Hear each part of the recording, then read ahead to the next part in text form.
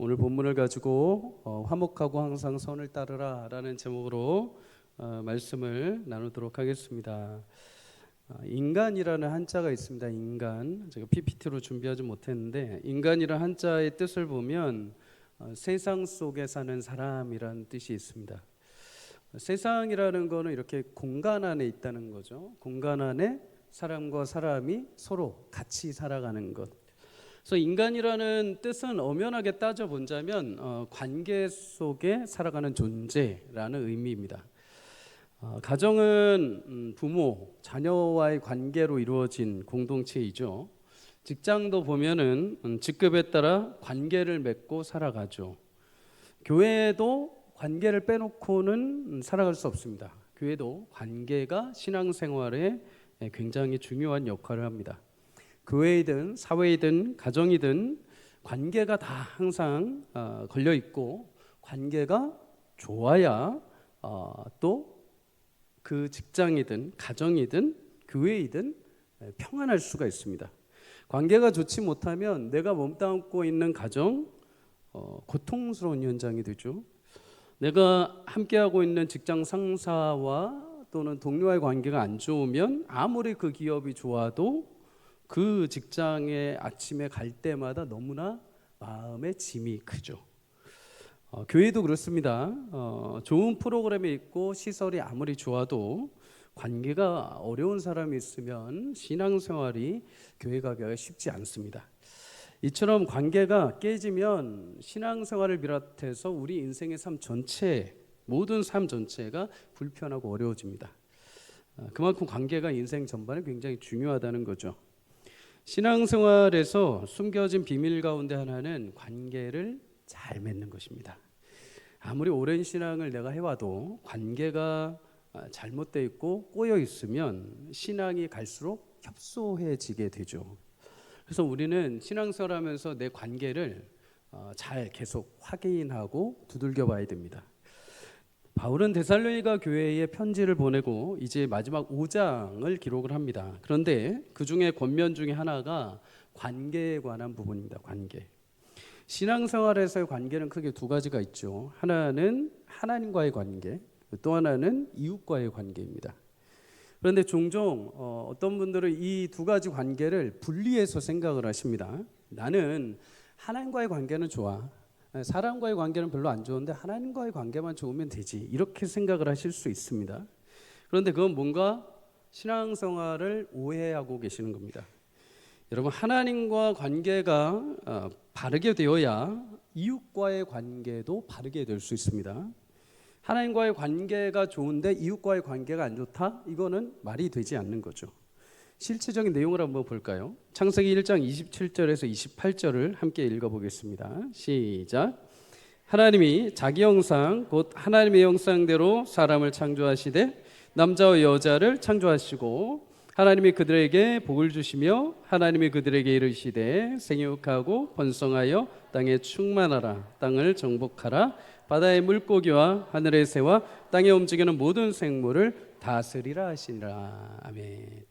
하나님은 모든 사람을 자기 형상과 모양으로 창조하신 줄 믿습니다. 형상과 모양이라는 단어, 하나님은 영이시기에 형상 모양이 없으시죠. 다만 이 뜻은 실체와 본질이라는 뜻입니다. 최초의 인간이었던 아담과 하와는 하나님의 그 영광스러움, 그 권능, 그 하나님을 닮은 인간의 대표로 실체로 만들어졌습니다. 실체적인 존재로 하나님이 빚으신 것이죠. 그리고 모든 동식물을 다스리도록 하나님이 그 실체에 맞게 권한을 주셨습니다. 또한 하나님과 완전히 동일하진 않지만 본질적으로 아담과 하와는 하나님을 닮도록 비슷한 성품을 그 안에 넣어주셨습니다. 우리 자녀들 보면은 부모님하고 완전히 똑같진 않은데 비슷하다라는 느낌들을 받으시죠. 그런데 부모님 양쪽에 그렇게 비슷한 이유는 부모님 양쪽에 DNA를 절반씩 물려받았기 때문입니다. 그래서 엄마 아빠를 이미지나 성품을 비슷하게 닮았지만 완전히 똑같지는 않습니다. 완전히 똑같지는 않지만 비슷하죠. 하나님이 우리를 만드실 때도 그렇습니다. 우리는 완전히 하나님이 될 수 없지만, 신이 될 수 없지만, 하나님은 다만 하나님의 형상과 하나님의 모양을 우리 안에 투영하도록 담게 만들어 놓으셨습니다. 그래서 우리가 서로를 볼 때 사실은 저 사람이 하나님을 닮은 존재이구나라는 사실을 항상 기억하고 있어야 됩니다. 더 중요한 거는 나 스스로가 예수님을 믿고 구원을 받았다면 이제 내가 예수님 안에서 하나님을 다시 닮도록 새롭게 태어난 존재라는 것을 늘 자각할 수 있어야 된다는 거죠. 내가 하나님을 닮고 하나님을 드러내는 존재라는 것을 내가 인식하게 될 때, 그때 타인에 대해서도 저 사람은 하나님의 형상과 모양이라는 것을 인식하고 그 안에 하나님의 형상과 모양을 발견해낼 수 있는 것입니다. 내가 하나님의 자녀라는 스스로의 존귀함과 아름다움과 그 영광을 나 스스로가 발견하지 못하고 나를 그냥 인간의 한 사람으로, 그냥 세상 속에 살아가는 한 인간으로 치부해버리고 그냥 나를 학대하기 시작하면 타인에게도 학대하게 됩니다. 그래서 내가 하나님 안에 사랑받는 존재라는, 하나님 안에 형상과 금형을 닮은 존재라는 것을 내가 깊이 깨닫고 알 때 타인에게도 하나님의 형상과 모양을 닮은 존재라는 것을 고백할 수가 있는 것이죠. 사랑하는 여러분, 우리는 하나님의 형상과 모양을 닮도록 지어진 존재인 줄 믿습니다. 그런 의미에서 좌우에 계신 분께 인사해 볼까요?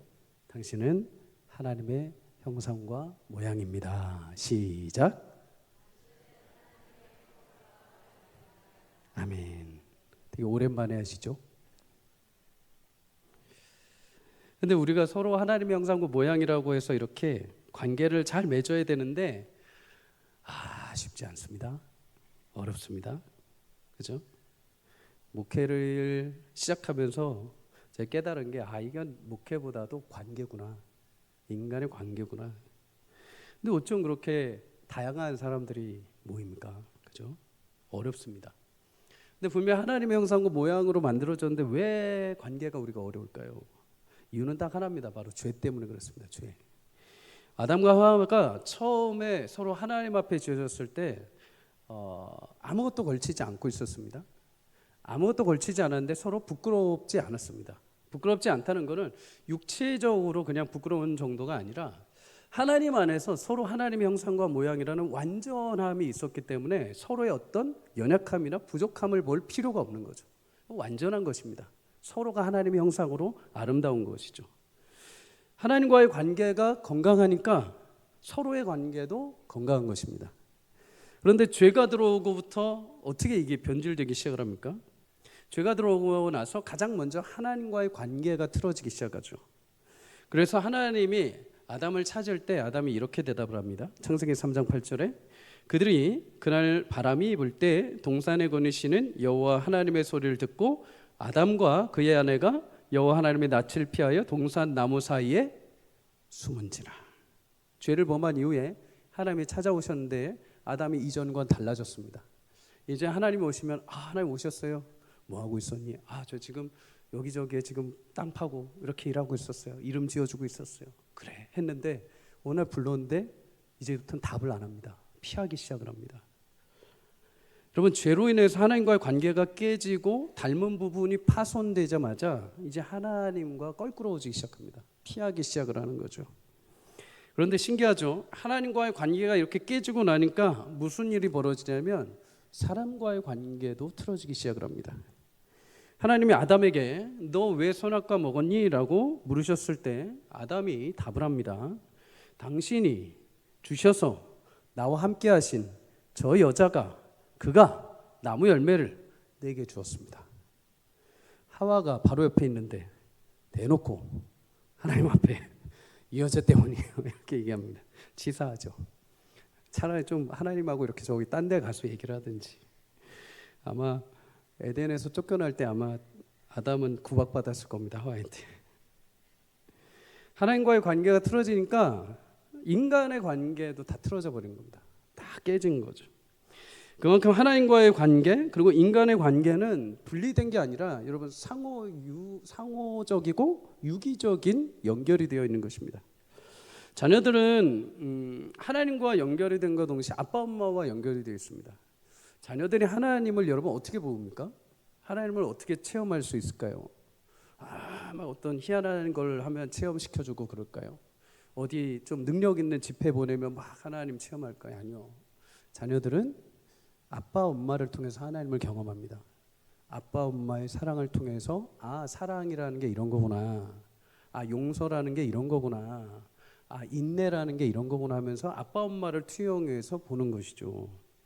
교회도 마찬가지입니다. 성도는 하나님을 말씀 가운데 또 어떤 신령한 은혜 가운데 보기도 하지만 목회자들을 통해서 하나님을 볼 수도 있죠. 교회 장로님과 권사님들을 통해서 젊은 집사님들이 볼 수도 있습니다. 학생들은 교사들의 기도와 위로와 잘된 가르침을 통해서 하나님을 보기도 합니다. 안내팀에 웃으면서 맞이하는 모습들을 통해서 성도들은 하나님의 사랑을 경험하게 됩니다. 그래서 서로를 통해서 참 사랑과 위로를 나누기 위해서는 먼저 내가 하나님과의 관계가 잘 세워져 있어야 하나님의 사랑을 경험해야 우리의 관계가 서로 더 아름답게 세워져 가는 것이죠. 그렇지 않으면은 우리의 관계는 항상 제한적입니다. 늘 제한적입니다. 내가 좋아하는 사람이면 오케이. 내가 싫어하는 사람이면 무조건 안 돼. 내가 좋아하는 사람이 잘못해도 오케이. 내가 싫어하는 사람이 잘해도 반대.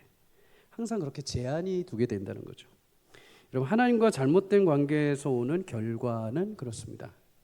골로새 1장 22절을 이렇게 말합니다. 이제는 그의 육체의 죽음으로 말미암아 화목하게 하사 너희를 거룩하고 흠없고 책망할 것이 없는 자로 그 앞에 세우고자 하셨으니. 아멘.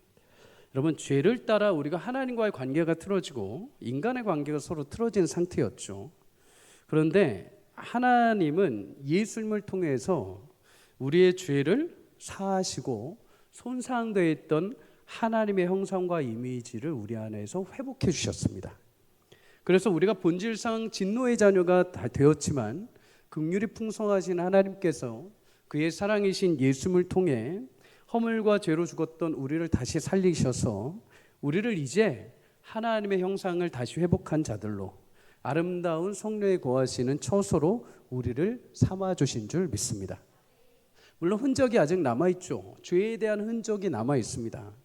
여러분 새 차가 앞에 범퍼가 찌그러져서 그대로 타고 다니면은 여러분 만약에 그거를 원상복구해야 될 때 완전한 새 차가 되지 않으면 그걸 분명히 갈죠. 앞에 부분만 갈죠. 그런데 차에 관심 있으신 분들은 딱 보면 압니다. 이게 처음 상태가 아니라 그 부분만 띄어다가 다른 것을 갖다 고쳤는지 딱 보면 압니다. 그죠? 분명히 새 차처럼 변형이 됐지만 흔적이 남아있는 거죠. 우리도 여전히 죄악된 본성들은 남아있지만 하나님이 우리 가운데 예수님으로 의로 옷 입혀주셔서 다시 하나님의 형상과 모양을 회복하도록 만들어주신 줄 믿습니다. 하나님과의 그래서 관계가 다시 우리는 원활하고 회복된 거죠. 여러분 안에 계신 하나님의 형상을 회복하고 하나님의 이미지와 하나님의 귀한 성품을 다시 찾을 수 있기를 주의 이름으로 축복합니다. 나는 안 돼. 나는 원래 인생을 험악하게 살았어. 아니요. 예수 그리스도 안에 있는 누구든지 그 안에 있으면 새로운 피조물이 되는 줄 믿습니다. 이전에 잃었던 것들을 하나님 다시 되찾게 하시는 거죠. 하나님과의 관계가 좋아질수록 내 믿음이 좋아집니다. 그럼 믿음이 좋아질수록 타인과의 관계도 좋아지는 거죠.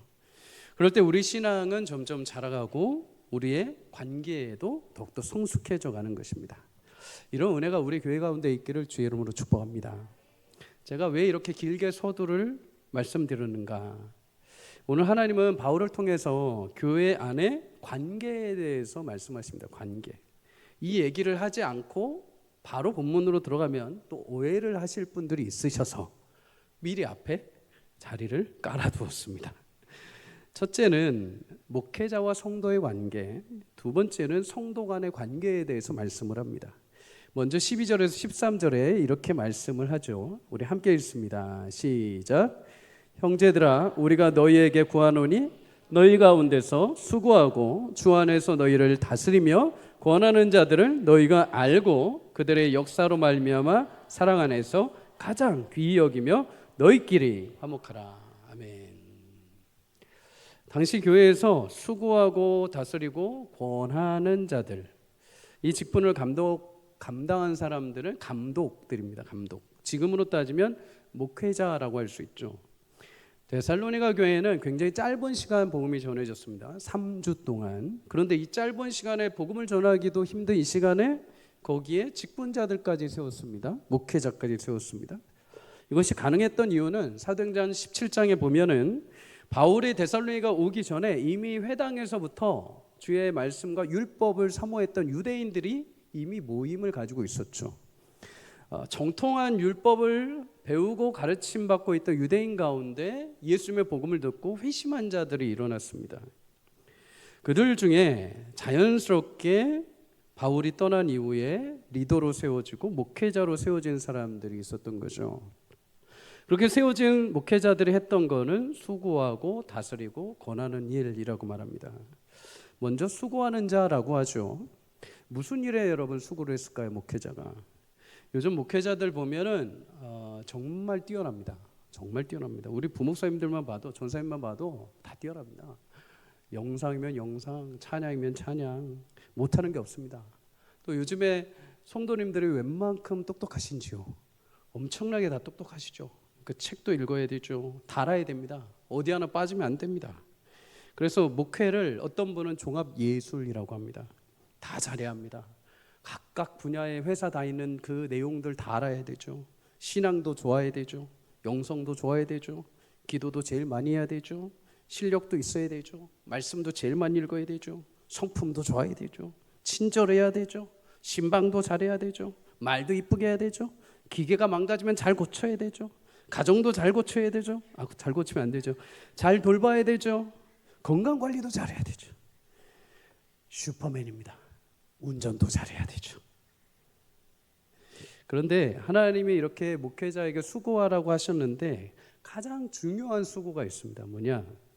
사도행전 6장에 여러 일들을 수고하다가 사도들이 한 가지 놓친 것이 있습니다. 미스한 것이 있는 거죠. 구제하는 일을 하다가 헬라파, 히브리파 과부들이 이렇게 따로 있었는데 실수를 해서 헬라파 과부들에게 구제금이 전달이 안 된 겁니다. 본의 아니게. 이로 해서 문제가 발생을 하죠. 마음의 상처들을 받습니다.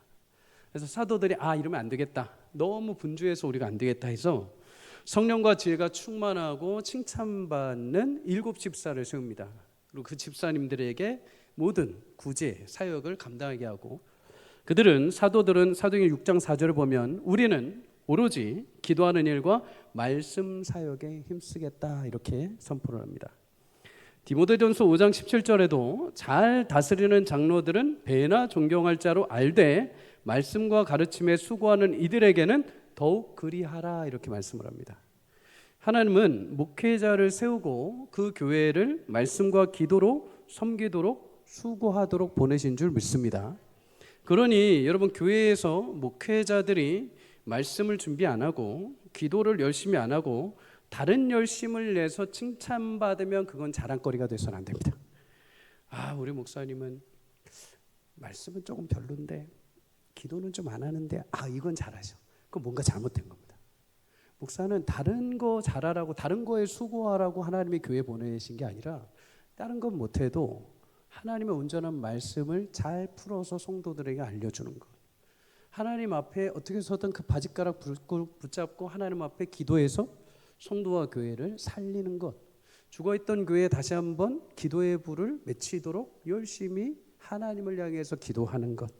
그 사명을 하나님께서 주셔서 그 일을 감당하기 위해 하나님이 교회로 보내신 줄 믿습니다. 찰스 스펄전 목사님은 그래서 목회자의 강단은 지옥문 앞에서 영혼을 붙드는 자리라고 말을 합니다. 천국과 지옥 사이, 영생과 멸망 사이에 놓인 가장 위태로운 치전선이 말씀을 전하는 자리라는 거죠. 이 말씀의 자리에서 지옥에 지금 오늘 문턱에서 간당간당하고 있는 영혼을 한 손으로 붙들고 한 손으로는 하나님 나라를 바라보게 하는 겁니다. 그러니 여러분 얼마나 말씀이 큰 부담이면서 동시에 영광스러운 자리이겠습니까? 여러분, 우리 교회 모든 목회자들이 말씀과 기도에 충만한 은혜가 있기를 주의 이름으로 축복합니다. 그래서 여기 다른 일을 하고 있으면 목사님 그거 하지 말고 가서 빨리 말씀 보십시오. 가서 빨리 기도하십시오. 이루셔야 됩니다. 목사님 이것도 잘해야 되고 저것도 잘해야 되면 그러시면 안 됩니다. 다른 거 다 잘하는데 말씀을 잘 준비하지 못하고 기도를 못한다. 그러면 내 직분을 제대로 감당하지 못하고 있는 겁니다. 그래서 여러분 말씀과 기도에 전념하는 목회자가 되도록 많이 기도해 주시기를 주의 이름으로 부탁드립니다. 두 번째는 다스리는 자다라고 말합니다. 다스린다, 앞에 서다라는 의미가 있습니다. 앞장서서 보살피는 거죠. 그런데 중요한 것은 주 안에서입니다. 주 안에서. 주님이 허락하신 권위 아래서라는 거죠. 내 지식이나 나의 경험이나 나의 능력으로 함부로 하는 것이 아니라 하나님이 허락하신 바운더리 안에서 행하는 것입니다. 영혼을 생명의 길로 인도하는 일에서만 가능한 힘인 것이죠. 교회의 영적인 질서와 온전함을 지키기 위해서 하나님이 허락하신 한도 내에서 다스리는 일을 하는 것이 바로 목회자라는 것입니다. 세 번째는 권하는 자다라고 말씀합니다. 권한다는 것은 훈계한다라는 거죠. 여러분, 훈계는 언제 할까요? 잘못된 길을 가고 있을 때 훈계하는 것입니다. 성도와 교회가 하나님이 기뻐하시는 뜻에서 벗어나 잘못된 길을 갈 때 훈계하도록 하나님이 마음을 주시고 그것을 돌이키게 하십니다. 마음을 하나님 안에 온전하게 지키도록 항상 파수꾼의 역할을 해야 한다는 거죠. 그러니 목회자가 만약에 여러분 영적으로 민감함을 잃어버리면 어떻게 될까요? 교회가 엉뚱한 곳으로 가버리는 겁니다. 그러니 끼어 있어서 기도할 수밖에 없겠죠. 기도 안 하면 저도 못 보고 여러분도 엉뚱한 곳으로 가는 것입니다. 그러니 항상 새벽마다 기도할 수밖에 없겠죠. 기도하니까 이런 얘기가 갑자기 떠오르네요. 어떤 아들이 엄마한테 새벽에 일어나서 엄마 오늘 새벽 예배하기 너무 싫은데 그래도 가야지. 오늘 안 가면 안 될까?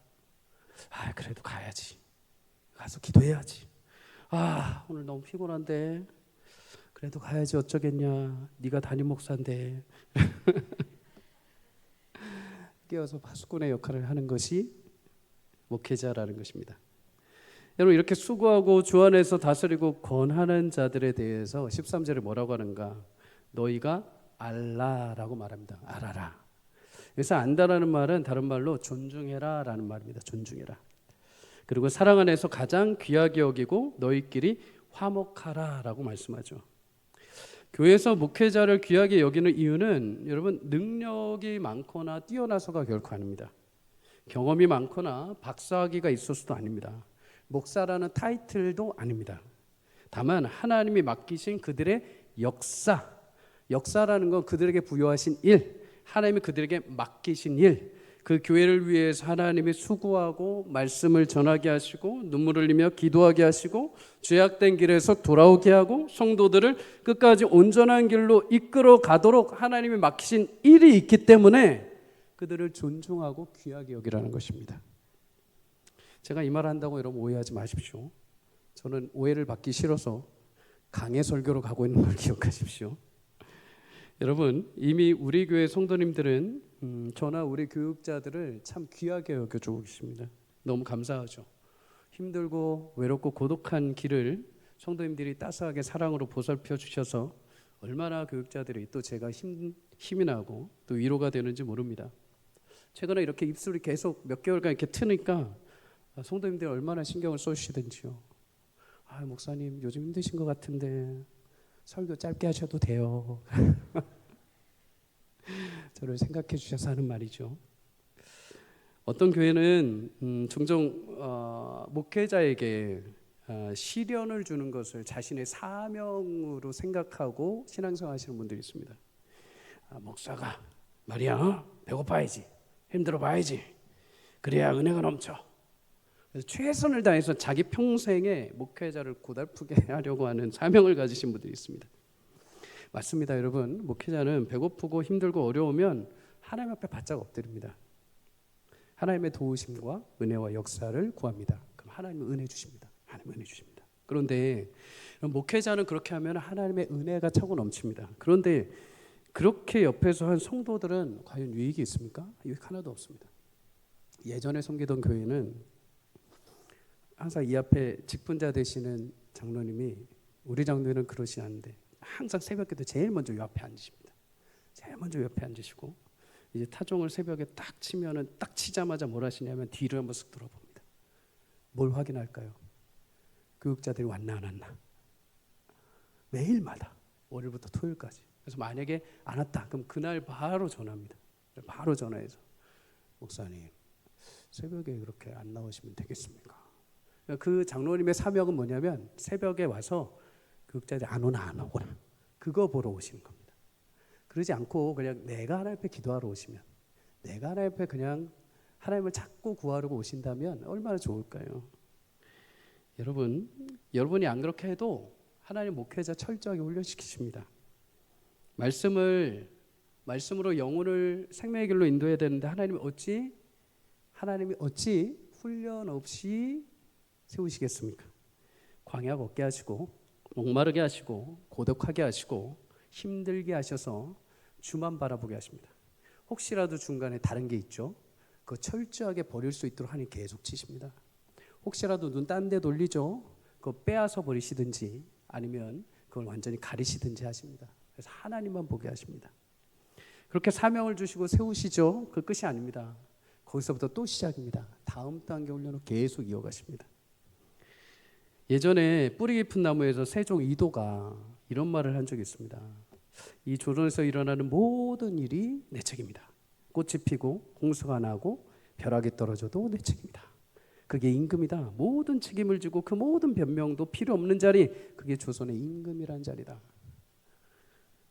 물론 목사는 절대 임금이 아닙니다. 오해하지 마십시오. 하지만 하나님 앞에 맡겨진 교회와 영혼에 대한 궁극적인 최종적인 책임을 결코 하나님 앞에 피할 수 없는 자리입니다. 그래서 개인적으로 누가 다쳐서 병원에 입원했다 이 소식만 들어도 마음에 무슨 마음이 드는지 아십니까? 교육자들은. 저 같은 경우는 그렇습니다. 내가 요즘에 기도를 조금 못했더니 하나님 또 이렇게 사인 주시나? 지난주에 설교를 딱 끝나고 나왔는데 어떤 성도님들이 이상한 표정을 하고 갑니다. 그러면 내가 그렇게 기도하고 준비했는데 뭔가 또 안 맞았나? 요즘 우리 교회 분위기가 막 뜨겁지 않고 뭔가 한데 도대체 지금 뭔가가 지금 빠져 있나? 뭔가 지금 놓치고 있는 게 있나? 그리고 항상 목회자는 목에 항상 연자 맥도를 메고 살아가는 사람입니다.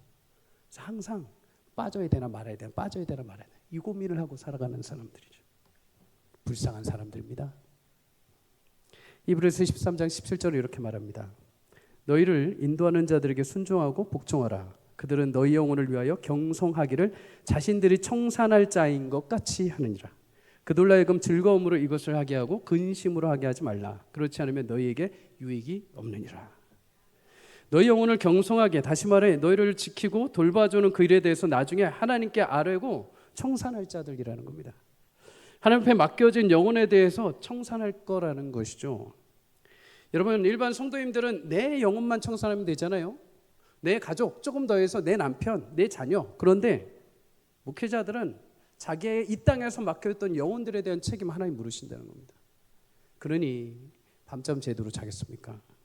항상 골머리였죠. 항상 영혼들에 대한 생각이 실제적으로 하지 못해도 항상 마음에 짐이 있죠. 하나님 앞에 그 맡겨진 영혼 청산할 때 그 뭐라고 하실까? 그러니 여러분 사역을 감당하는데 안 그래도 짐이 있으니 뭐라고 합니까? 즐겁게 하라고.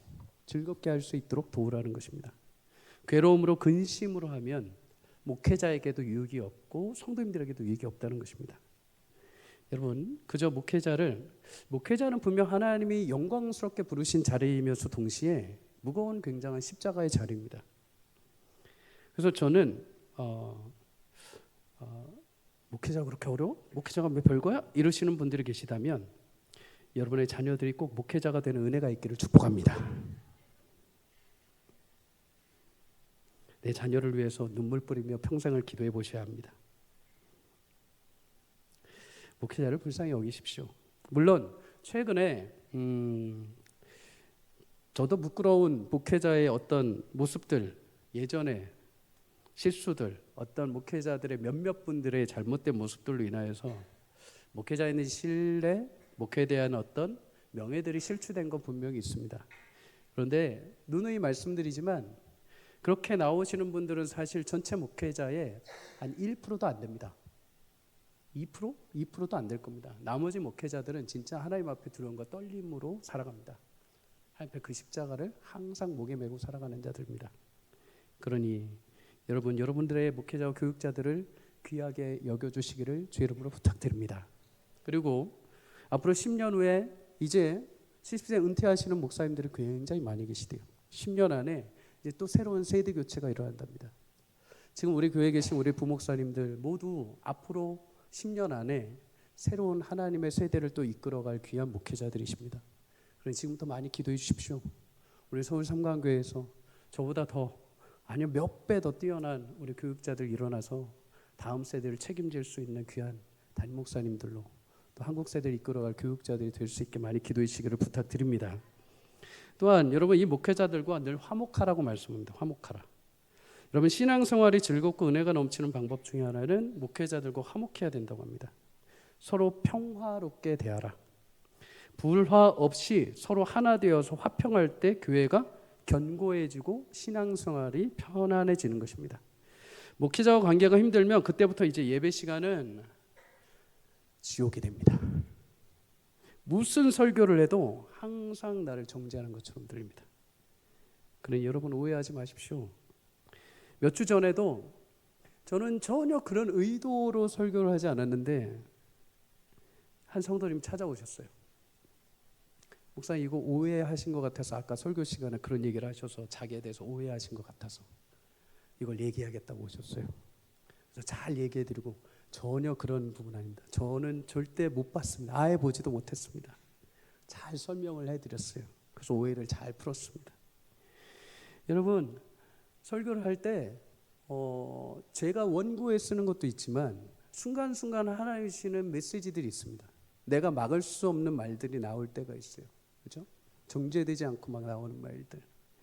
그런 게 성령이 충만하면은 이거 하나님 주신 메시지들입니다. 내가 계획하거나 의도하는 게 아니라. 근데 만약에 저를 잘 아시고 저와 관계가 그래도 어느 정도 되시는 분들은 그래도 그럴 수 있지라고서 다 받아들입니다. 근데 이렇게 머뭇머뭇거리고 거리가 있고 잘 모르시는 분들은 괜히 그런 거 있죠. 나들이로 가는 소린가? 다 이렇습니다. 백이면 백 다 그렇습니다. 여기서 제가 뭔가 하나 이렇게 찔릴 것 같은 말씀 하나 하잖아요. 여러분 이번 주에 기도하신 분 별로 없으시죠? 이러면 여기 아마 80% 이상 다 찔리실걸요.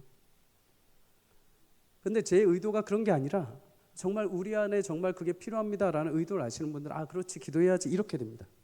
근데 그게 아니면은 자칫 잘못하면 목사님 내가 새벽에 안 나오는 거 다 보셨나? 확인하셨나? 그래서 나한테 뭐라 하시는 건가? 이렇게 됩니다. 그러니 여러분 화평의 관계를 이루시기를 주의 이름으로 축복합니다. 여러분 성도와 성도와의 관계가 남아 있습니다. 우리 14절에서 15절을 함께 읽습니다. 시작. 또 형제들아 너희를 권면하노니 게으른 자들을 권계하며 마음이 약한 자들을 격려하고 힘이 없는 자들을 붙들어주며 모든 사람에게 오래 참으라. 삼가 누가 누구에게든지 악으로 악을 갚지 말게 하고 서로 대하든지 모든 사람에 대하든지 항상 선을 따르라. 아멘. 총 5가지 관계가 나옵니다. 먼저 게으른 자들에게 말하죠. 게으른 자들. 여러분 성경에 보면 다른 예전의 성경은 규모 없는 자들이라고 말합니다. 규모 없는 자들. 규모가 없다는 것은 대열이 없다는 겁니다. 군대 용어로 이렇게 행군을 하는데 거기서 이탈하는 사람들이라는 거죠. 믿음의 대열에서 벗어나서 제 마음대로 막 이탈을 하는데 그게 문제는 체력적인 문제가 아니라 그냥 게으른 겁니다. 같이 가야 되는데 난 싫어 안 가버리는 거. 같이 지금 여기로 가야 되는데 나 이쪽으로 갈 거야 하면서 자기 마음대로 가는 거죠. 신앙의 질서를 따르기보다 그냥 마음에 원하는 대로 하는 겁니다. 그러다 보니 교회의 질서가 무질서 속에 사로잡히는 거죠. 그런 자들을 향해서 훈계해라라고 이렇게 말합니다. 훈계해라. 어떤 분들은 교회를 민주주의로 이해를 합니다. 그런데 여러분 교회는 죄송하지만 민주주의가 아닙니다. 오해하고 계시는 겁니다. 죄송하지만 예수님은 하나님 말씀 앞에 순종하심으로 교회를 세우신 줄 믿습니다. 교회는 하나님 말씀에 순종으로 세워져 가는 것입니다. 하나님 말씀하셨는데 하나님 저희가 투표해 보니까 다수 의견을 해보니까 그게 아닌 것 같습니다. 성도들이 원치 않습니다. 좀 방향을 바꿔주십시오. 하나님 말씀이 그래도 이건 아닙니다. 이렇게 하면 안 되는 거죠. 하나님 말씀으로 세우신 교회라면 말씀을 따라가는 것이 하나님의 복된 길인 줄 믿습니다. 교회는 그 말씀의 테두리 안에서 함께 사역하고 다양성을 유지하면서 교제하는 것이죠. 여러분 진리 안에 자유가 있는 줄 믿습니다. 다수의 의견이라고 해서 그게 다 많은 게 아닙니다. 다수의 의견이 만약에 세상을 향한 의견이라면 그걸 따라가겠습니까, 교회가? 만약에 여기다 두고 저는 동성애를 찬성합니다. 만약에 찬반을 했는데 만약에 동성애가 과반수가 나왔으면 그럼 우리 교회 입장은 동성애를 찬성합니다. 이렇게 됩니까? 아니요. 동성애가 아무리 찬성이 많아도 하나님이 그것을 범죄라고 하신다면 그 단 한 사람이 있어도 범죄라고 해야 되는 것입니다. 여러분 교회는 하나님의 말씀의 진리 안에 서야 될 줄 믿습니다.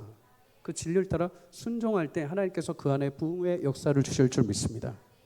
두 번째는 마음이 약한 자를 격려하라라고 말합니다. 격려하라. 원어적 의미에서는 영혼이 작은 자들입니다. 영혼이 작은 자. 영혼이 작다는 것은 믿음이 약하고 두려움이 많은 사람들이죠. 조금만 시련이 와도 무너져 버립니다. 조금만 어려움이 오면 그냥 확 주저앉아 버립니다. 분명히 잘 나오다가 조금 어려움이 오면 이렇게 잠수 타시는 분들. 자, 이런 분들을 가리켜 성경은 너 왜 그것밖에 안 해? 너 왜 그렇게 이렇게 하지 말고 그들을 위로하라라고 말씀하십니다. 확신 있는 말로 격려하라는 것입니다. 괜찮아. 다 무너질 수 있고 힘들 수 있어. 다시 그래도 같이 나옵시다. 같이 나와서 하나님의 은혜를 구합시다. 잘 이겨낼 수 있어 하면서 격려하라는 것이죠. 여러분 연약한 믿음의 성도를 위로하고 세워주는 은혜가 있기를 주의 이름으로 축복합니다. 세 번째는 힘이 없는 자들을 붙들어 주라고 합니다. 힘이 없다라는 것은 신체적으로 영적으로 무기력 상태에 빠진 사람들입니다. 병들어서 다치고 어려운 일을 당해서 육체적으로 심적으로 일어날 힘이 없는 자들, 이들을 가서 붙들어 주라는 거죠. 최근에 이제 또 날씨가 추워지다 보니까 우리 성도님들 가운데 이렇게 부러지고 다치셔서 병원에 입원하신 분들이 계십니다. 얼마나 이렇게 다친 게 이렇게 서러우시겠습니까? 전사님 보고 신방을 갔는데 우시는 거예요. 몸도 아프고 막 서러움이 막 물려오는 거죠. 그런데 참 감사한 게 뭐냐면 그렇게 성도님들 병실에 그래도 권사님들이 찾아오셔서 말벗도 해주시고 격려도 해주시고 기도도 해주시고 이렇게 가셨더라고요. 너무 귀한 일이죠. 여러분 그렇게 우리 교회 안에 힘이 연약한 자들을 붙들어 줄 수 있는 은혜가 계속해서 흘러넘치기를 주의 이름으로 축복합니다. 작은 그 격려가 그를 다시 이렇게 세웁니다. 누군가가 두 팔 벌려서 환하게 웃으면서 안아주는 그 포옹이 누군가가 다시 세상 속에 나갈 수 있는 힘을 얻게 할 줄 믿습니다. 네 번째는 모든 사람에게 오래 참는다 이렇게 말합니다. 오래 참다, 끈기 있고 용기 있게 참으라는 겁니다. 여러분 참는 거 용기가 필요합니다. 용기. 어떤 분들은 나는 참는 거를 잘 못해. 나는 성격이 급해. 막 이렇게 말씀하시는 분들이 있어요. 그런데 여러분 우리가 하나님의 형상을 닮은 모습 중에 가장 많이 닮은 모습이 뭐냐면은 참는 겁니다. 참는 것. 왜 그런가? 하나님이 우리를 가장 많이 오래 인내하고 참아주셨기 때문입니다. 하나님만큼 잘 참으시는 분 없습니다. 자식은 부모를 닮게 되어 있습니다. 하나님의 형상과 모양으로 창조된 우리도 하나님의 그 인내와 하나님의 참으심을 닮게 되어 있습니다. 하나님은 출애굽기 34장 6절에 보면 나는 노하기를 더디하는 자이다 이렇게 말씀하십니다. 몰라서 참는 것이 아닙니다. 죄인이지만 실수하는 거 아시지만 사랑하셔서 참으시는 겁니다. 그렇게 참고 인내하셔서 하나님은 마침내 우리를 얻으셨습니다. 여러분 오래 참고 인내하여서 영혼을 얻는 축복이 있기를 주의 이름으로 소망합니다. 고린도전서 13장 4절에 보면 사랑은 오래 참는 것이라고 말합니다. 사랑은 선물 주고 밥 사주고 격려하고 그런 것이 아니라 참아주는 것. 골로새서 3장 12절에 보면 여러 옷을 입으라고 하시는데 그 중에 긍휼과 자비와 겸손과 온유와 오래 참음으로 옷을 입으라. 예수 그리스도의 옷을 입은 우리에게 예수님과 같이 긍휼과 자비와 겸손과 온유, 오래 참음의 역사를 보이라는 것이죠.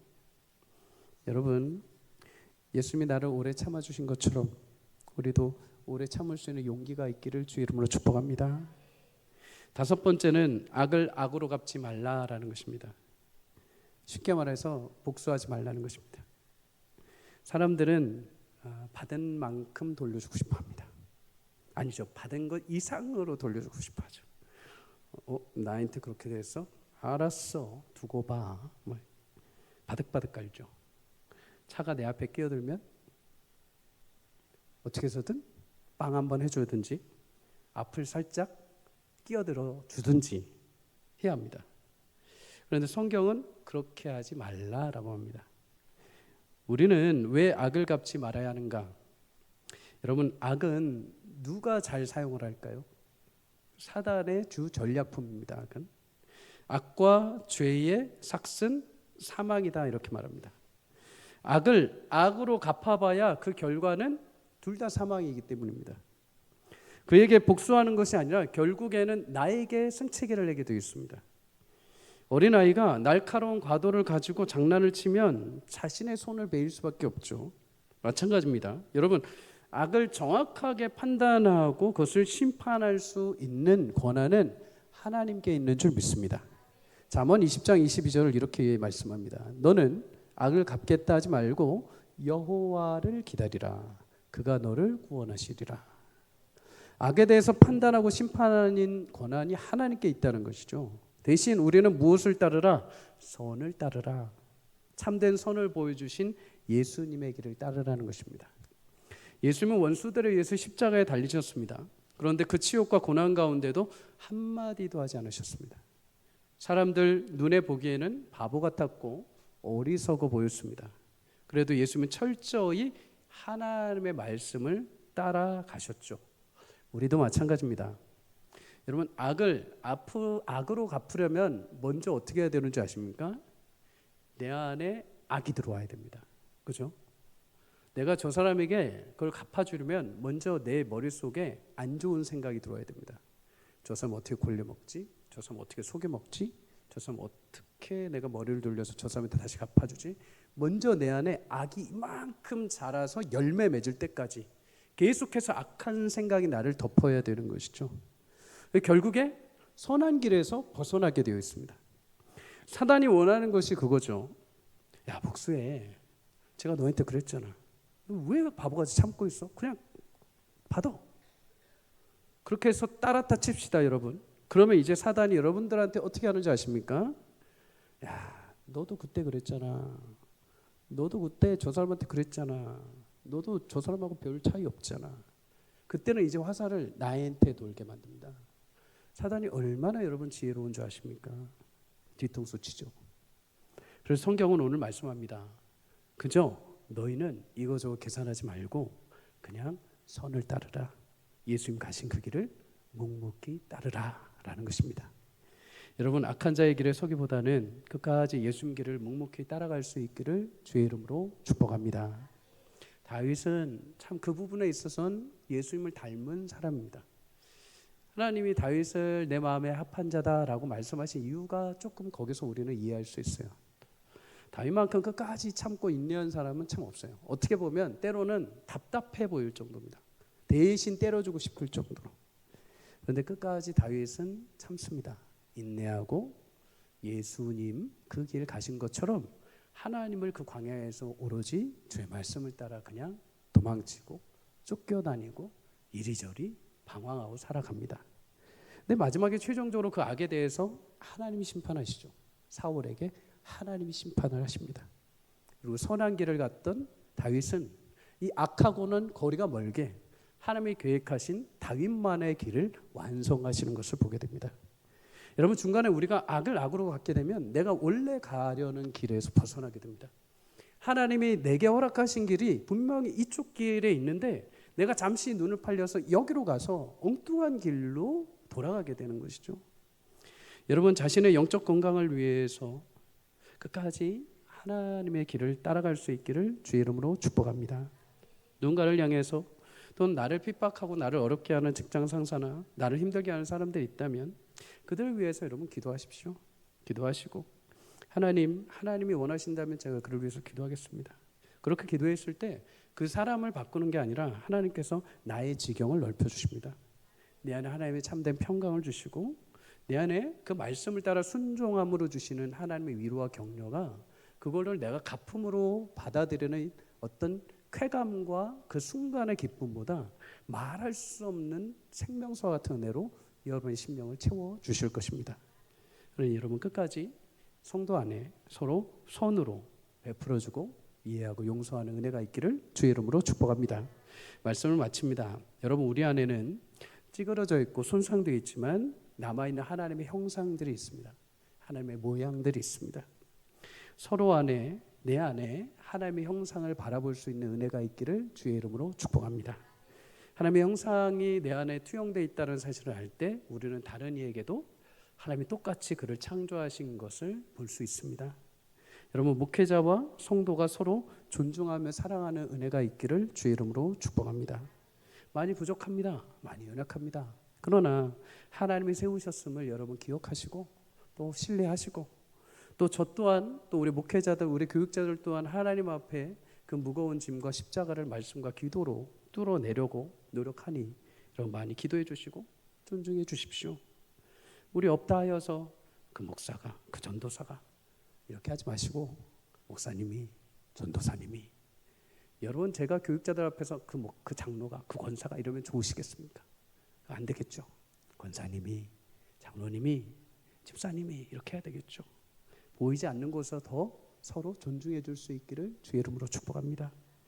여러분 서로 안에 더 귀하게 여기십시오. 약한 자를 이렇게 세우고 오래 참음으로 선을 행하고 하나님 살아계심을 우리 모든 관계 가운데 체험할 수 있기를 주의 이름으로 축복합니다. 그래서 하나님이 약속하신 그 화목의 귀한 은혜 십자가를 통해서 휘장을 찢으시고 하나님이 우리 가운데 귀하게 생명의 은혜로 교제하시고 다시 하나님의 영상을 회복하시어 우리 가운데 거룩한 공동체를 이루게 하신 아름다운 하나님 나라가 우리 교회 안에 일어나기를 주의 이름으로 축복합니다.